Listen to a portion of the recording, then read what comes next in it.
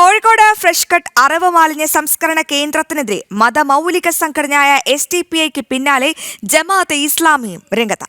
ഫാക്ടറിക്കെതിരെ പ്രദേശവാസികൾ നയിക്കുന്ന സമരത്തെ മറയാക്കിയാണ് ഈ പുതിയ അജണ്ടയുമായി ജമാഅത്തെ ഇസ്ലാമി എത്തുന്നതെന്നാണ് ആരോപണം.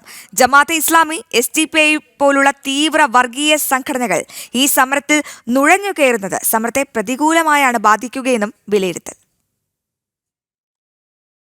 ഫ്രഷ് കട്ട് മാലിന്യ സംസ്കരണ പ്ലാന്റിൽ സമരസമിതിയെ മുൻനിർത്തി ഏകപക്ഷീയമായി അതിക്രമം നടത്തിയത് SDPയുടെ നേതൃത്വത്തിലായിരുന്നു. കേസിൽ SDPയുടെ പ്രാദേശിക നേതാക്കളടക്കം പിടിയിലാവുകയും ചെയ്തു. ഇതിന് പിന്നാലെയാണ് ഫ്രഷ് കട്ട് എന്ന സ്ഥാപനത്തിനെതിരെ ജമാഅത്തെ ഇസ്ലാമിയും രംഗത്തു വരുന്നത്. സാധാരണക്കാരെ മുന്നിൽ നിർത്തി സമരം നയിക്കാനാണ് ജമാഅത്തെ ഇസ്ലാമിയുടെ നീക്കം. ജമാഅത്തെ ഇസ്ലാമിയുടെ രാഷ്ട്രീയ മുഖമായ വെൽഫെയർ പാർട്ടിയുടെ നേതൃത്വത്തിലായിരുന്നു കഴിഞ്ഞ ദിവസം ഫ്രഷ് കട്ട് വിരുദ്ധ മഹാറാലി നടന്നത്. പ്രദേശത്തെ സാധാരണക്കാരെ മുന്നിൽ നിർത്തി സമരത്തിലേക്ക് നുഴഞ്ഞു കയറാനുള്ള SDPയുടെയും ജമാഅത്തെ ഇസ്ലാമിയുടെയും നീക്കത്തെ ജാഗ്രതയോടെയാണ് ഒരു വിഭാഗം നോക്കിക്കാണുന്നത്.